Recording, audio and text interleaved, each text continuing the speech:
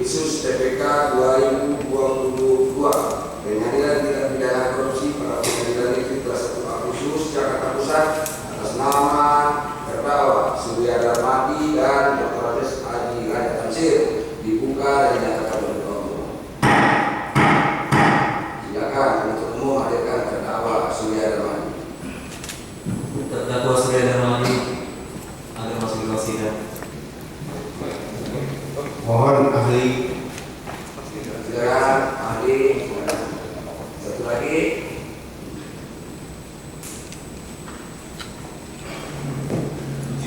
Ya, benar Pak.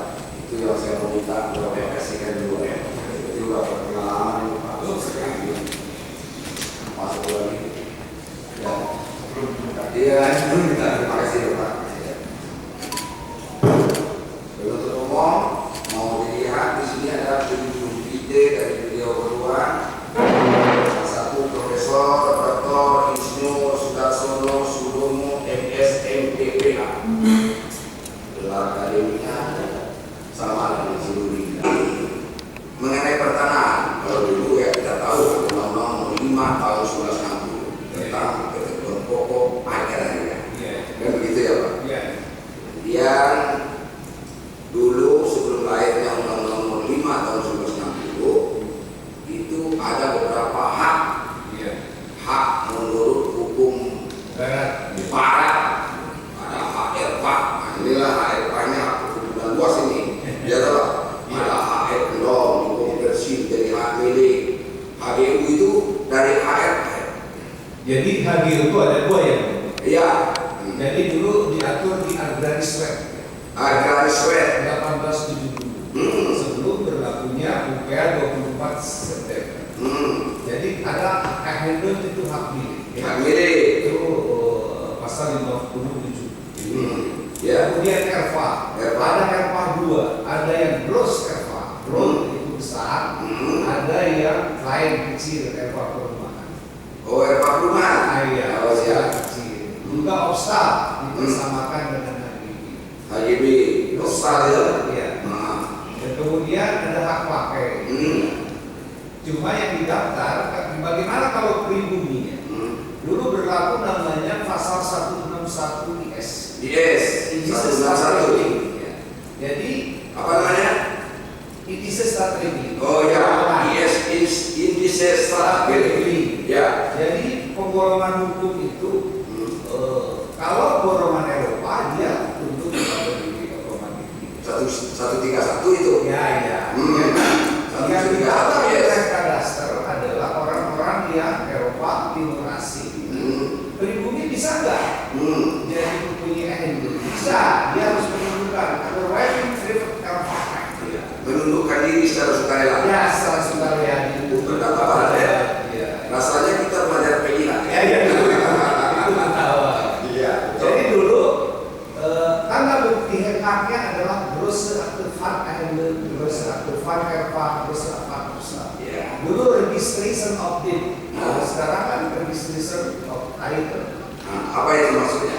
Ya hak, kalau sekarang kan hak itu nomor hak per kelurahan. Kalau dulu grosse.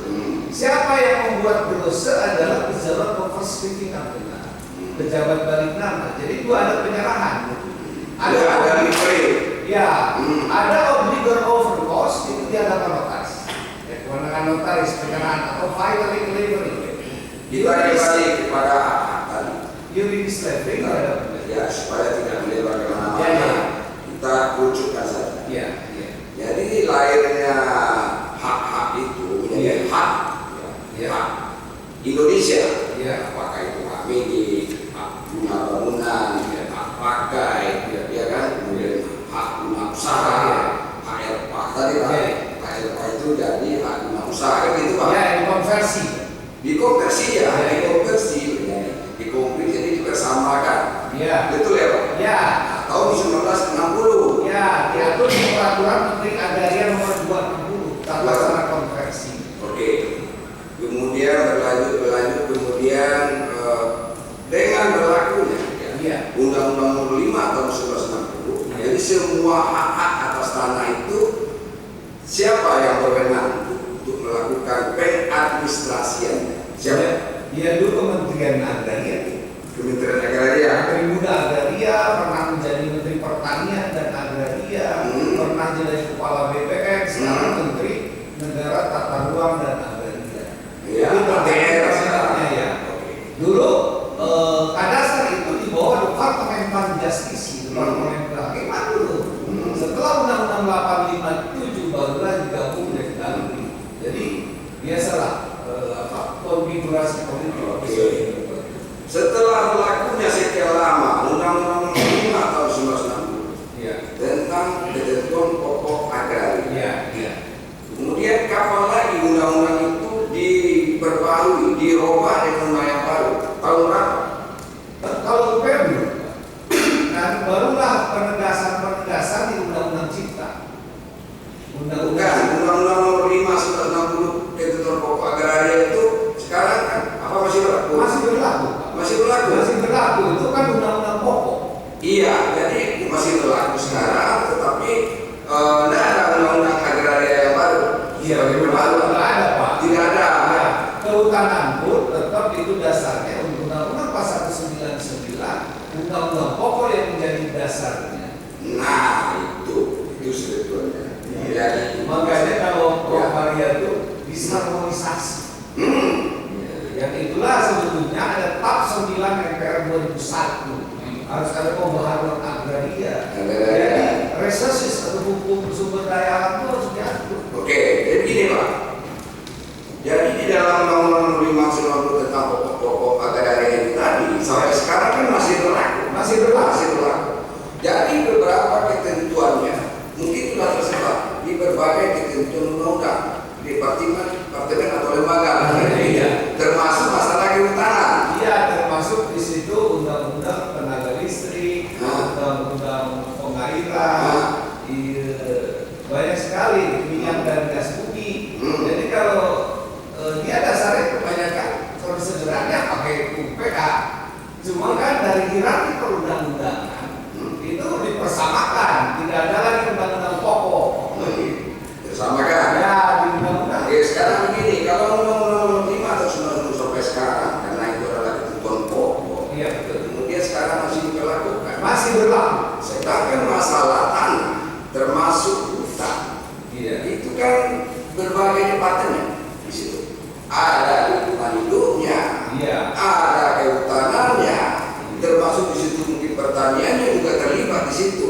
Dan lagi namanya pertanahan. Nah, bagaimana ini keselarasan dari berbagai lembaga ini yang terkait dengan masalah ini? Sampai undang-undang pertama ini UPR itu ruang angkasa, hak ruang. Ya, makanya.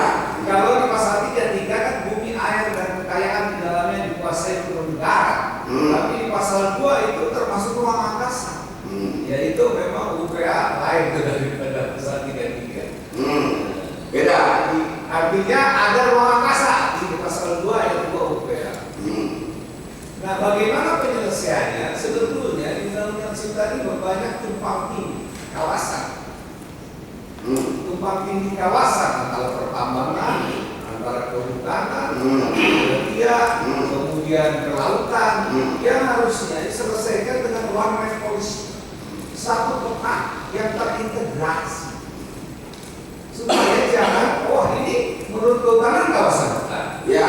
ini menurut pengadilan itu wilayah saya. Nah, ini yang harusnya ya memang di Undang-Undang Cipta menuju ke situ harus ada one man policy, peta yang sampai kalau undang-undang maksud Ali undang-undang cipta karya ini. ya cipta pekerjaan itu sebetulnya Kalau ada. cipta karya kan baru saja lahir undang-undang itu. Iya. Masih bayi itu barang. Ya. Iya kan? Tapi itu konsep penyelesaiannya Pak, di konsep Undang-Undang Pertanahan sebagai pelengkap dari UPA sudah di DPR waktu itu ya. Tahun 2017. Itulah draftnya itu one man policy. Artinya bagaimana penyelesaian tumpang tindih kawasan pertambangan, kehutanan, supaya ada suatu kesamaan. Peta ini kan sumbernya peta Pak. Sekarang begini, Ya. kita kerucutkan lagi. Ya. Kita kerucutkan lagi. Ya. Khusus mengenai hak guna usaha. Iya. Hak guna usaha. Tahapan 8 itu harus dilakukan. Baik. Masuk administrasi. Jadi artinya saudara ahli menjelaskan yang keempat proses ini harus dilalui malah Iya, itu absolut. absolut ya. Jadi tidak alternatif ya. Iya. Ini ahli menyatakan kalau sudah penunjukan kawasan hutan ya itu sudah penetapan masukan. Bagaimana pendapat ahli Ya menyatakan? itu pendapat saya gitu. Oke, nah, kalau ketentuannya memang empat ini ya, memang penetapan statutan barulah ada penetapannya setelah melalui penunjukan, penataan, pemetaan gitu ya. Baik, terima kasih saudara ahli. Kemudian saudara ahli, tadi ada yang kami mau konfirmasi tadi. Saudara konsentrasi kami saya cermati mengenai ada majelis hakim tadi menanyakan ada tumpang tindih Iya. ya, tumpang tindih. Kemudian saudara ahli menyatakan antara ya kehutanan dan daerah Iya. itu ada perda, Iya. begitu ya. Perda juga punya kewenangan untuk mengelola daerahnya. Iya. Ya begitu ya, mengelola daerahnya. Kemudian kehutanan juga, ya kehutanan juga merasa bahwa dia penguasa tunggal untuk menetapkan Iya, kawasan. Baik, saudara ahli pengalaman saudara ahli ini kan di ARBP. Iya. Ya. Kalau ada pertentangan Iya. seperti ini, ya, yang seperti ini, yang saudara ahli bisa jelaskan mana lebih berwenang, ya, sesuai dengan satu hierarkis perundang-undangan pertentangan ini, apakah secara hukum patuh kepada hierarkis perundang-undangan atau memang kekuasaan yang dikedepankan? Mana yang harus ahli melihat memecahkan masalah ini? Iya, peraturan perundang Atau daya ikat, bunyi daya ikat. daya ikat ya. Kalau ada suatu ketentuan yang memaksakan atau berkehendak, katakanlah keputusan Menteri Kehutanan menyatakan ini milik saya, kemudian ini kewenangan saya, sementara ada perda menyatakan bahwa ini adalah kewenangan saya. Menurut pendapat ahli, kondisi atau situasi seperti ini secara perundang-undangan mana yang lebih berwenang? Kalau dari hierarki ya perda. Dari perda, Ya, dari gitu ya. hierarki. Dari hierarki. Kan upaya hukum bisa digugat keputusan resik ini. Baik. Apabila merugikan pihak yang lain. Baik.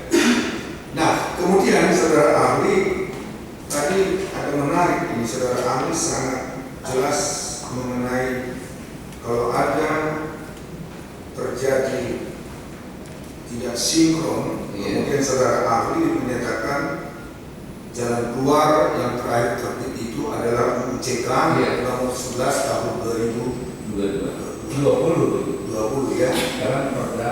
Perda ya. Sekarang perda 2020. Perlu baik. Saudara ahli ya, apakah saudara ahli ikut juga mewakili ADR-BPN ikut membahas mengenai pemberlakuan ini? Ya, waktu itu saya masih menjabat staf ahli. Staf ahli menteri. Ini mau minta satu gambaran atau pernyataan. Apakah saudara ahli bisa menjelaskan karena ada tumpang tindih? Iya. Ya, tumpang tindih ketentuan pengaturan kawasan ini maupun izin-izin di dalam kawasan. Apakah ini membuat pemerintah harus menata, mengelola, dan kemudian harus menerbitkan ketentuan supaya tidak terjadi permasalahan di dalam kawasan hutan? Dengan demikian terbit UCK nomor 10 tahun 2020 dan Perda PP yang nomor 10 tahun 2021. Iya. Jadi memang undang-undang sekretariat untuk investasi tujuannya ya, tenaga kerja kan Indonesia itu membutuhkan kepastian investasi.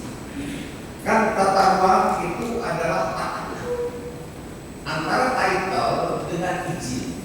Izin Ya. Hak itu harus di asas tatakan yang benar. Tatakan itu adalah ketahuan. Nah, ketahuan itu siapa yang mengatur adalah pertujuan teknisnya adalah Menteri ATR sebagai pejabat. Baik. Tapi implementasinya ada di Perda. Nah, inilah yang banyak perdebatan antara Perda dengan keputusan Menteri Kehutanan. Nah, jangan. Nah, kemudian saudara sudah memahami belum terkait dengan undang-undang kehutanan? Ya. Apakah untuk kawasan hutan, ya, semua jenis kawasan hutan, apakah diperbolehkan ada untuk pemanfaatan dalam hal perkebunan? Ya, kalau itu memang di kawasan ya, untuk kawasan. Apa dasar saudara menyatakan bahwa itu diperbolehkan pada saat dia berada dalam kawasan hutan? Enggak, kalau itu di kawasan Ya, apa dasarnya? Saya tanya, apa dasar saudara ahli bisa menyatakan bahwa kegiatan perkebunan diperbolehkan pada saat dia berada di atas kawasan hutan? Nah, itu sering perbedaan itu. Nah, Perbedaan antara Perda APR kemudian Perda. Kita bicara tentang ya, hutan ya, itu. itu pasal 99 dan bisa saya pasal 99. Oh, tidak bisa ya. Ya.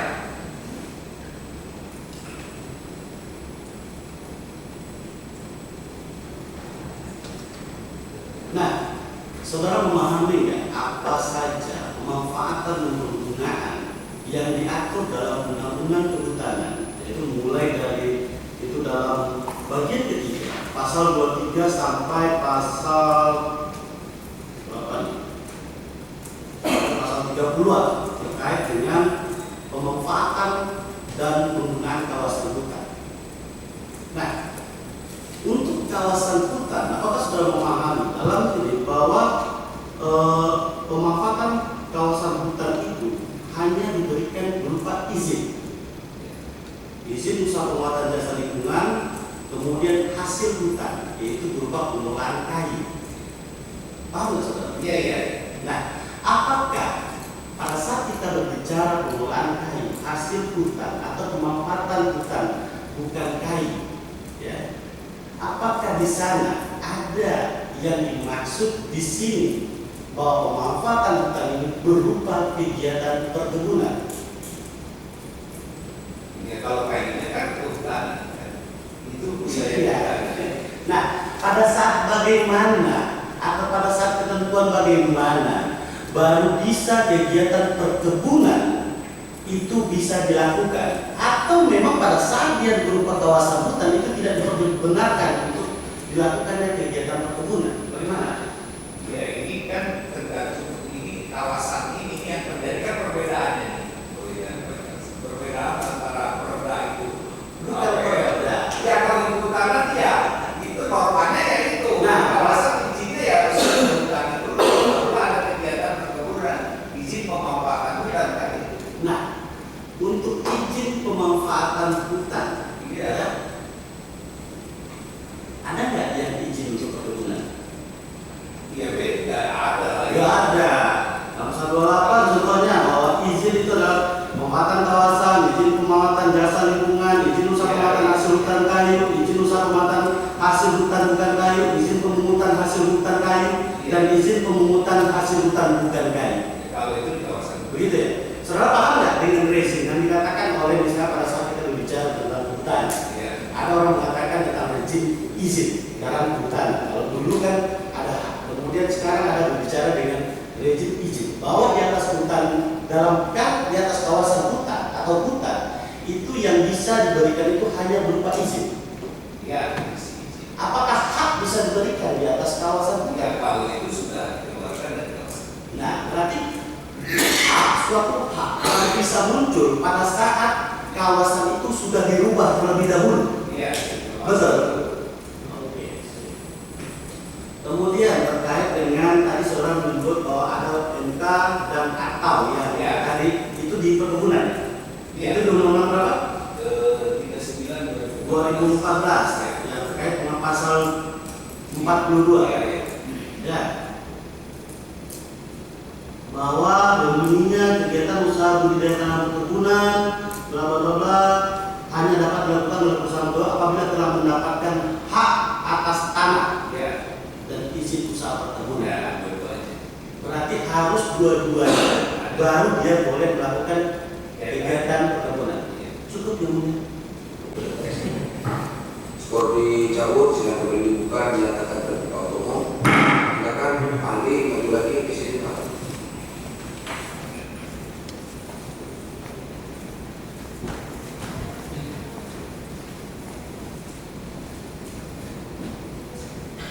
Silakan.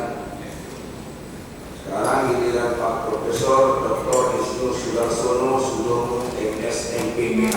Gelar akademiknya sepanjang banget. Oke.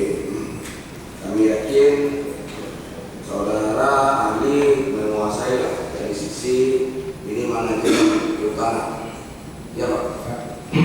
Apakah untuk menentukan mana-mana yang merupakan kawasan hutan adalah kewenangan dari Menteri Kehutanan? Saya kembalikan. Kalau tadi katanya, oh tidak, ini eksekutif dulu. Banyak baik Pak ceritanya sampai ke ujung sana. Ya. Nah, Dapat saya boleh? ya saya Jadi saya merujuk kepada undang-undang yang baru 41 tahun 99. Ya memang dia dikatakan bahwa kawasan hutan itu adalah wilayah tertentu yang ditetapkan oleh pemerintah sebagai hutan tetap. Kemudian dalam penjelasannya pemerintah itu siapa? Itu adalah pemerintah pusat. Hanya pemerintah pusat. Ya. Nah, sebentar mengapa kok digunakan kata pemerintah? Ya. Karena dari Undang-Undang Nomor 567 itu penetapan itu tidak pernah terjadi.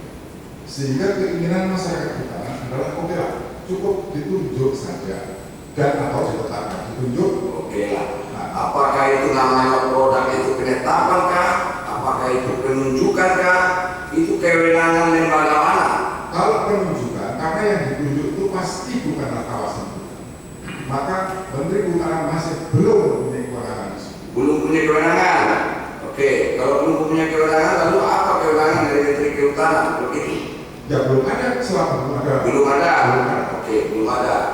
Ini karena semuanya itu bumi, air, kekayaan alam yang ada di dalamnya, kekayaan semua kekayaan alam dikuasai oleh negara, itu maksudnya. Ya. Kembali kita ke pasal 33. Ya. Terlalu jauh kita mundur ke belakang. Sekarang kita mengerucut aja. Dan ini pemerintah, yang namanya pemerintah itu membagi bidang-bidang kerjanya kepada pembantu-pembantunya. Dalam hal ini adalah menteri. Menteri adalah pembantu daripada presiden, eksekutif.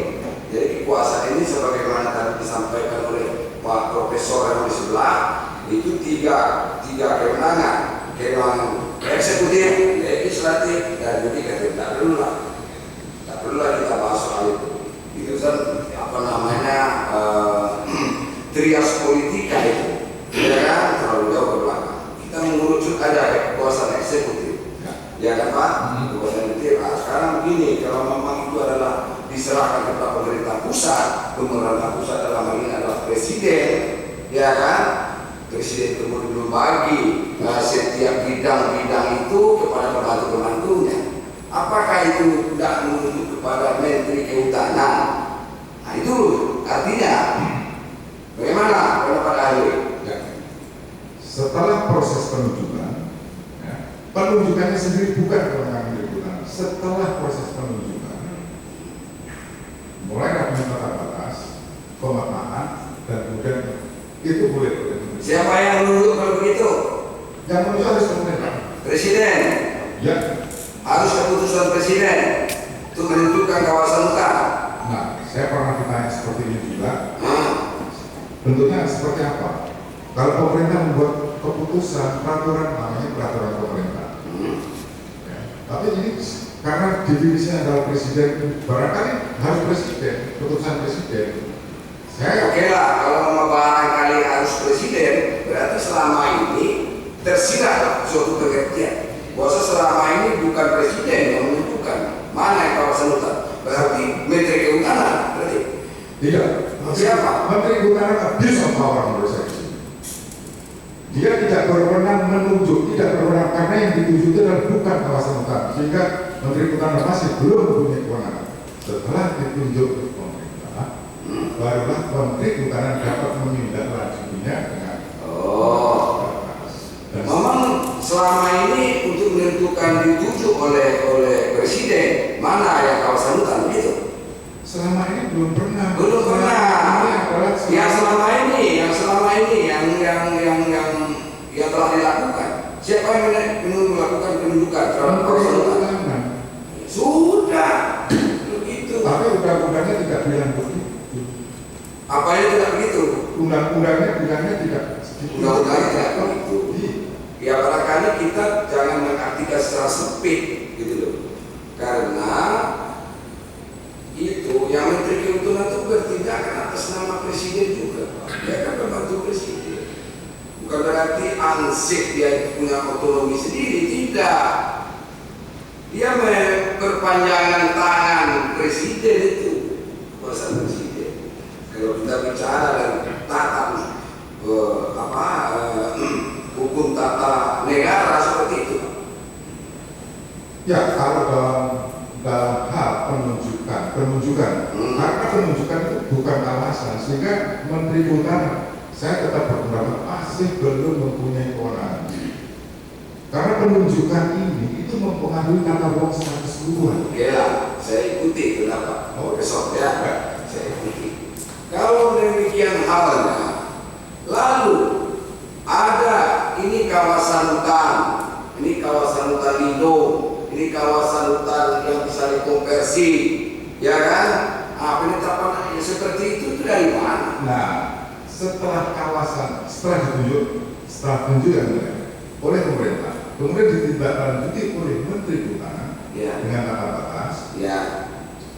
batas, terus kemudian dengan pemetaan, selesai tugas Menteri Kehutanan ditetapkan lagi oleh pemerintah. Karena bunyi definisinya begitu. Jadi bahwa yang menata batasan itu oleh Menteri, oke, itu masalah teknis. Tetapi penetapan ini politik banget, itu harus dari pemerintah. Pemerintah itu, Menteri Kehutanan. Iya, karena antar sektor kan itu Menteri Kehutanan. Bukan pemerintah, bukan Menteri Kehutanan. Pemerintah adalah pemerintah pusat, itu definisi itu. Terus Menteri Kehutanan siapa Pak? Bukan pemerintah. Menteri Kehutanan itu pemerintah, tapi yang melaksanakan tata batas, pemetaan, tapi bukan penunjukan dan bukan penetapan. Tidak. Terus apa kewenangan kalau demikian, kalau tidak melakukan penunjukan? Lalu apa kewenangan dari Menteri Kehutanan? Setelah ditetapkan kawasan hutan, setelah ditetapkan oleh pemerintah, ini kawasan hutan, Menteri Kehutanan berwenang mengatur penggunaannya. Penggunaannya. Penggunaan apa? Ya, jadi penggunaan Penggunaan apa dulu? Penggunaan apa? Penggunaan kawasan hutan itu. Kawasan hutan. Yang menentukan itu kawasan hutan siapa? Yang menunjuk pemerintah, yang menetapkan pemerintah juga. Pemerintah. Iya. Siapa yang tanda tangan kalau gitu? Menurut saya harusnya presiden. Selama ini siapa yang tanda tangan? Menteri Kehutanan. Balik lagi ya. Pengertian undang-undang yang sebenarnya, yang harus melakukan penetapan itu adalah presiden. Pemerintah. Pemerintah ini siapa Pak? Definisi di situ dikatakan pemerintah pusat. Pemerintah pusat adalah presiden Republik Indonesia. Iya sudah, nggak usah berdalih lagi. Itu presiden. Betul. Kemudian setelah ditetapkan itu adalah kawasan hutan, kemudian untuk pengaturannya itu diberikan kewenangan pada Menteri Kehutanan. Betul. Sebetulnya mutar-mutar kita kemana-mana di sini juga. Sama saja. Ya, betul. Sama saja dan kan. Sebentar yang mulia. Ya. Sekarang Saya menghormati keilmuan Bapak, Profesor. Mas saya juga menggali Pak. Dari segi teoritisnya seperti apa. Saya ingin tahu pula yang benar. Seperti apa. Kalau ngomong pemerintah itu dalam ini ANSEP adalah itu adalah presiden. Kemudian setelah presiden menunjuk itu adalah kawasan hutan yang selama ini tentu belum ada penunjukan itu. Seharusnya menurut ahli itu adalah presiden. Setelah ditetapkan itu adalah kawasan hutan, baru diatur pengelolaannya oleh Menteri Kehutanan. Ya. Begitu kan? Ya. Nah, sudah. Ada konteks suaranya satu. Apa lagi? Ini sudah kawasan. Ini sudah kawasan hutan. Oke. Sudah kawasan hutan. Berarti dengan 3 fungsi: produksi, lindung, konservasi. Apa itu? Ya, hutan itu kan ada hutan produksi, Ya. hutan lindung, Lindung. hutan konservasi. Konservasi. Oke. Oke. Nah, dalam bahasa tata ruang, hutan produksi itu masuk wilayah budidaya. Hutan lindung dan hutan konservasi itu masuk kawasan lindung. Kawasan lindung. Ya. Nggak boleh diapa-apain. Kurang lebih seperti itu. Ya namanya aja lindung. Nah, terus apa? Sekarang, Hmm. ketika ada perubahan sebagian misalnya hutan produksi Ya. dijadikan hutan lindung dalam kawasan hutan. Oke. Hutan produksi jadikan hutan lindung atau hutan produksi menjadi hutan konservasi Ya. seperti Tesonilo di Riau. Oke. Itu bukan kewenangan Menteri Hutan karena itu merubah tata ruang. Oh, kalau merubah tata ruang tuh kewenangan siapa? Menteri Tata Ruang Hah? menurut undang-undang Menteri Tata Ruang, ATR, Ya. Menteri beliau ini. betul. Pertanyaan pertama saya mau nanya Pak ahli. Tadi ahli mengatakan bahwa yang ditetapkan oleh menteri tersebut adalah TGHK. Nah, saya mau nanya dulu, TGHK itu dimuat di mana? TGHK. Dimuat di mana? Iya. Saya nggak ngerti maksudnya dimuat di mana. Yang saya tahu adalah tempat ya, kayaknya ada tanda-tanda. Ya, itu masuk ke dalam dimuat dalam suatu penetapan kah, keputusan kah, atau gimana? Itu kemudian ada keputusan Menteri waktu Pak Sujarwo, Menteri Kehutanan. Dalam keputusan Menteri Kehutanan. Benar. Yang pertama kapan? Seingat saya itu tahun 1986. Di dalam surat keputusan Menteri Kehutanan itu. Betul. Untuk yang 86 dalam surat keputusan Menteri Kehutanan nomor 173 garis KPTS Strip 2 Romawi 1996. Itu tentang apa? Tentang tata gurauan sepakatannya. Bunyinya di sini saya bacakan nanti ya. Penunjukan area hutan di wilayah Provinsi Dati 1 Riau sebagai kawasan hutan. Itu judulnya. Ya. Tadi Anda mengatakan bahwa apa yang dikatakan dalam TGHK itu bukan menetapkan kawasan hutan, cuma judulnya aja kita baca. Menunjukkan area hutan di wilayah Provinsi Dati 1 Riau sebagai kawasan hutan. Bagaimana? Ya kan penunjukan. Kan penunjukan. Penunjukan. Dari itu membahaskan kawan penunjukan. Nah, kemudian yang selanjutnya di 2000 terakhir ada 2011, 2014, 2016. Yang terakhir ya. Keputusan Menteri Lingkungan Hidup dan Kehutanan Republik Indonesia nomor SK 903 tentang kawasan hutan Provinsi Riau. Bagaimana? Tadi Ali mengatakan bahwa nggak ada namanya kawasan hutan dalam keputusan Menteri tersebut. Bagaimana ya? Di sini dijelaskan bahwa judulnya aja di kawasan hutan Provinsi Riau. Kita nggak usah baca yang selanjutnya. Bagaimana? Apakah ini menetapkan kawasan hutan di Provinsi Riau atau tidak? Untuk menguji itu ya kita lihat ke step 1 penunjukan, step 2 Ya, saya tahu. Nah, aturan ini ya SK Menteri ini kan mengatakan bahwa ini adalah kawasan hutan Provinsi Riau. Peraturan ini berlaku? Peraturan ini berlaku Ali? kalau 4 tadi dipenuhi. Ya, saya tanyakan sekarang. Ali kan tahu, ya kan? Ali menyatakan tahu isinya, tahu apa tampilannya. Saya akan tanyakan, apakah peraturan Menteri ini berlaku atau tidak? Harus ada, bukan saya tahu, harus ada part 1 penunjukan sudah. Pengukurannya tata batasnya mana? Yang vendor yang harus menunjukkan bahwa sudah ini mana tata batasnya, mana tanda tangannya. Kalau nggak ada ya orang kosong. Anda pernah menggugat atau mengajukan uji materi terhadap peraturan ini? Belum. Berarti Anda menyatakan bahwa ini bukan kawasan hutan. Kalau itu sebelum ada itu belum bisa menunjukkan di sini, bagaimana saya menganggap itu sebagai kawasan hutan? Ya, saudara kan ahli. Saudara datang di sini sebagai ahli. Yang saya tahu belum ada namanya tata batas yang sampai ketemu bulan itu belum ada, gitu. Berdasarkan itu, Menurut ahli bagaimana terkait dengan ini ada SK Menteri? ya kalau menurut saya itu SK Botong itu adalah gampang. Berarti tidak ada kawasan hutan? Tidak ada.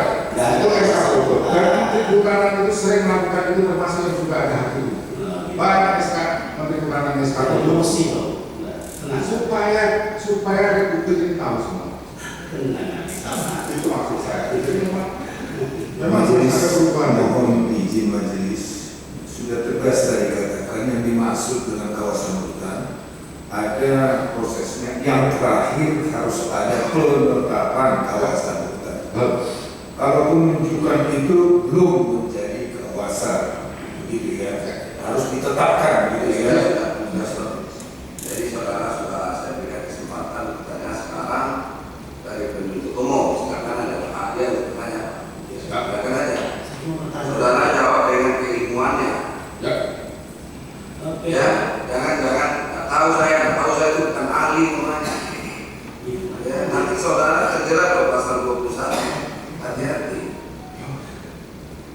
Ya, saudara ahli di kehutanan, tapi belum tentu ahli di hukum lain. Oh,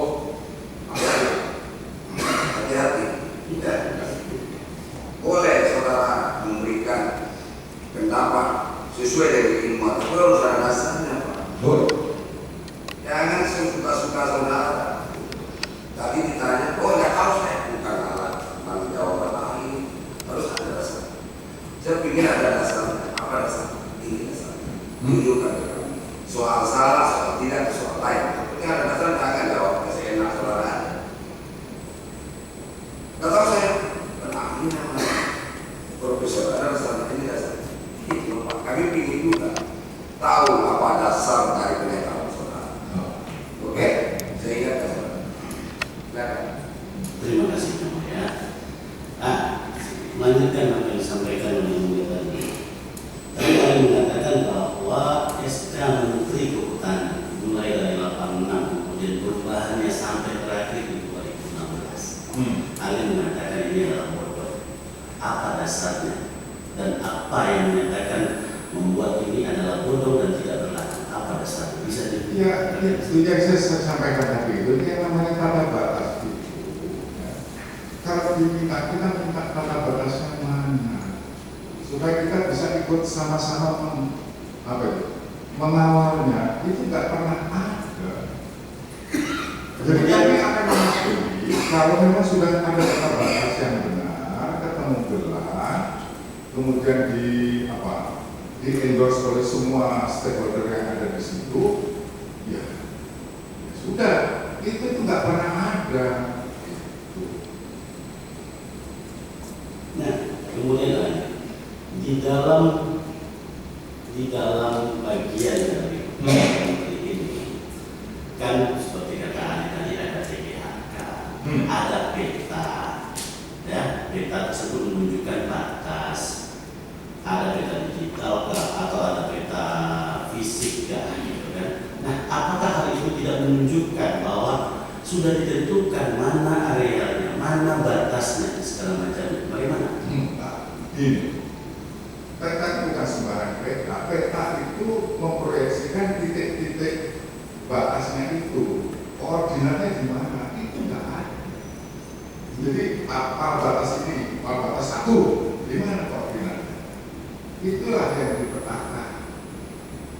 Gitu. Ya, karena gini ya, pada saat kita bertemu dengan orang dinas kehutanan, bahkan sampai di daerah pun orang yang di daerah, di dinas kehutanan di daerah pada saat dia pengen ingin melihat kawasan ini adalah kawasan hutan atau tidak, dia mengambil berdasarkan peraturan menteri ini. Bahkan orang di daerah, kecamatan, bahkan kabupaten bahkan kecamatan sendiri itu bisa mencocokkan, bisa melihat mana posisi yang merupakan kawasan hutan menurut peraturan ini. Nah, bagaimana ahli mengatakan bahwa dalam peraturan ini itu nggak ada batasannya? Apa alasan logis dan yuridisnya? Oke, alasan Coba tunjukkan ke kita. Saya bukannya saya. sekarang tunjukkan tata batasnya ini mana? Patok-patoknya. Bukan saya, saya bukan ahli. Justru kami itu minta untuk mendukung mana kita verifikasi itu nggak pernah ada. Gitu. Jadi itu yang kalau dibilang pernah ada mana koordinatnya gimana? Itu nggak pernah ada. Jadi supaya ini jelas, sehingga seringkali jadi begini nih, ini sudah batasnya, ya. Nah, tapi pertanyaan saya satu aja. Untuk kawasan hutan di Indonesia yang berlaku sekarang ada atau tidak? Kawasan hutan yang benar, relatif benar dalam penetapan hanya di Pulau Jawa dan sedikit di Lampung, ini Lampung dan Aceh. Kenapa enggak juga aja dengan kalau memang nggak benar kalau berlaku? Karena Republik ini kan bukan hanya milik saya, milik banyak orang, termasuk milik Bapak. Kemudian ahli mengatakan bahwa ini seharusnya ditetapkan oleh presiden. Ya, Ya, karena ini menyangkut apa tadi? banyak sektor. Tata ruang. Tata ruang yang Tata ruang. Nah, bagaimana ahli pada saat ada tata ruang yang ditetapkan oleh melalui perda? Berarti itu menurut ahli itu nggak sah juga. Kalau perda kan memang seharusnya. Tadi kata ahli bahwa ini adalah pemerintah pusat, dalam hal ini adalah presiden. Nah, makanya saya tanya, kalau seperti itu pikiran ahli, kemudian saya tanyakan bagaimana dengan tata ruang yang dibuat oleh peraturan daerah? Kan mengatur tentang tata ruang. Kalau konsepnya tadi. Kan levelnya kan ada beda-beda. Kan tata ruang itu ada level nasional, ada level provinsi, ada level kabupaten. Seperti itu. Ih, Nah, terus kenapa kawasan hutan itu harus presiden? ya karena itu tadi, karena menentukan kawasan hutan itu menyangkut mempengaruhi tata ruang secara keseluruhan. Kalau itu memulai ketetapan sektor, ya ini bisa kurang komprehensif lah paling tidak pertimbangannya, sehingga perlu satu institusi yang bisa memanage semuanya itu, yang bisa melihat secara komprehensif. Itu saja maksudnya. Nanti Menteri Usaha sekarang ini, kenapa kok hanya Menteri Hutan yang bisa mengelola menjadi kawasan hutan? Nah, kalau Menteri Pertanian juga bisa mengelola menjadi kawasan sawah, kan repot kita jadinya. Nah, ini perlu ada lembaga, satu lembaga yang bisa mewayuni semua sektor, ya, sehingga penggunaan tanah kita itu menjadi lebih efisien, lebih optimal. Ya, apa ahli dalam hal ini yang bilang tadi pada saat ini menyatakan bahwa ini adalah bagian pusat dalam hal ini presiden. Kemudian pada saat saya bawa ke dalam tata ruang ada perda di sana. Kemudian ahli mengatakan bahwa pada saat tata ruang yang diatur oleh perda diperbolehkan. Kalau tadi ibaratnya ini kan saling kontradiktif. Nah, sekarang gini aja. Bagaimana, apa dasar hukumnya, ya, ahli menyatakan, dan kenapa harus ini lingkupnya ini lingkupnya ini. Misalnya pada saat tata ruang ini lingkupnya adalah provinsi, ini apa dasar hukumnya? Jadi bukan teori. Saya tanyakan apa dasar hukumnya? Dasar hukumnya itu adalah undang-undang penataan ruang itu. Di pasal berapa nih atau bunyinya? Ini yang tata ruang yang namanya ini. Jadi ada di tingkat nasional, ada di tingkat provinsi, ada di tingkat kabupaten. Jadi yang tingkat provinsi mengacu ke tingkat nasional, tingkat kabupaten mengacu ke tingkat provinsi. Kira-kira begitu. Seperti itu ya kira-kira. Undang-undang nomor 20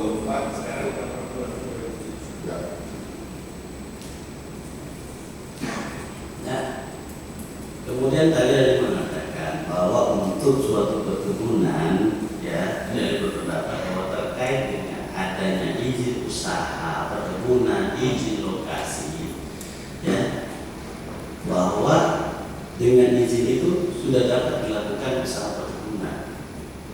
Ya, nah, dalam undang-undang terkait dengan perkebunan, ya, di bagian awal, pasal awal itu ada bahwa untuk usaha perkebunan itu wajib diberikan, harus ada hak yang diberikan. Hak yang diberikan itu macam-macam, ada hak guna usaha, hak guna bangunan. Nah, bagaimana? Mana yang harus lebih, di mana yang apakah semuanya harus terpenuhi, atau mana yang bisa membuat suatu kegiatan usaha perkebunan itu bisa jalan pada saat bagaimana? Bisa dijelaskan? Begitu mengenai pertanyaan. Jadi selama yang oke, kalau sekarang yang saya paham, kalau menurut Undang-Undang Nomor 18 Tahun 2004 yang pasal 17 saya menangkan itu boleh dilakukan itu ketika seseorang itu sudah memperoleh izin lokasi dan iur. Nah, memang pernyataannya harus melakukan laporan secara periodik kegiatan macam-macam termasuk kegiatan lapangan. Tetapi di Undang-Undang Nomor 39 tahun 2014 itu tentang perkebunan pasal 42 ya, itu secara eksplisit malah mengatakan pemegang ini dapat melakukan dan memiliki iur dan atau HGU tetapi kemudian kan oleh MK dihilangkan itu dan ataunya menjadi dan ataunya bukan. Sejak tahun 2016 itu nggak boleh lagi, itu jadi kumulatif kira-kira begitu. Nah, untuk hak suatu tanah diberikan hak itu pada saat status dari tanah tersebut bagaimana? Kerjaan ini ada. Bukan ya? Sebelah. Nah, Ya, karena terjawab semua. Izin yang mulia,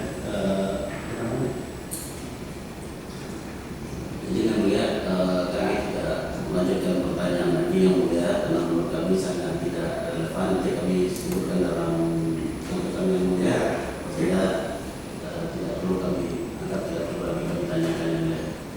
Karena kami tidak keberatan dengan semua keterangan dan pendapat dari ahli, profesor. ya nantilah bisa tanggapannya. Iya. Begitu ya. Jadi saudara keberatan dengan profesor. Siap mulia. Yang ahli kehutanan ini, ahli guru besar manajemen hutan, Profesor Dr. Sunarsono. Siap mulia. Kalau yang Pak ini Pak Dr. I, Tidak yang mulia. Tidak yang mulia. oh tidak. Karena masih belum. Berarti saudara tidak melanjutkan lagi pertanyaan ke ini, ke Pak Profesor. Siap yang mulia. Ada. Pak Terima kasih. Terima kasih. Terima kasih majelis. Gitu ya Pak Surya Darmadi. Sidang hari ini kita cukupkan sampai situ. Ya, ahlinya nggak ada lagi yang kita periksa. Ada berapa lagi Pak? 5 orang lagi. Ya, jaga kesehatan. Jangan batuk.